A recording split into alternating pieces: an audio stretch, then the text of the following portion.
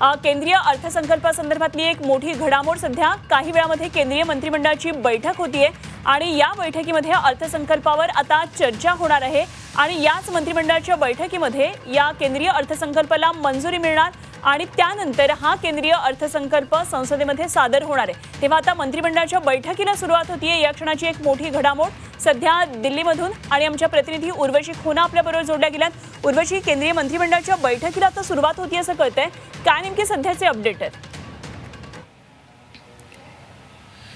विकसित भारत 2047चं मिशन घेऊन पंतप्रधान नरेंद्र मोदी यांनी कॅबिनेट बैठक तर बोलवली आहे, पण त्यांच्या टीमने जे बजेट सादर करण्यासाठी विकसित भारत 2047चा हा एक टायटल ठेवला आहे। काहीच वेळात आता कॅबिनेट बैठक सुरू होणार आहे। निर्मला सीतारामन जे अर्थमंत्री आहेत त्यांना आपण बघितलं ते संसदे भवनात पोहोचले।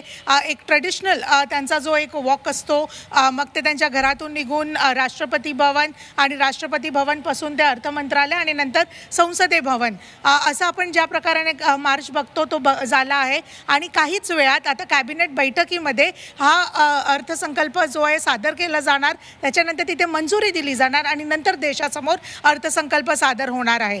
ह्या कॅबिनेट बैठकीत सगळे जे वेगवेगळे मुद्दे अर्थसंकल्पात ठेवलेत ते मांडले जातील।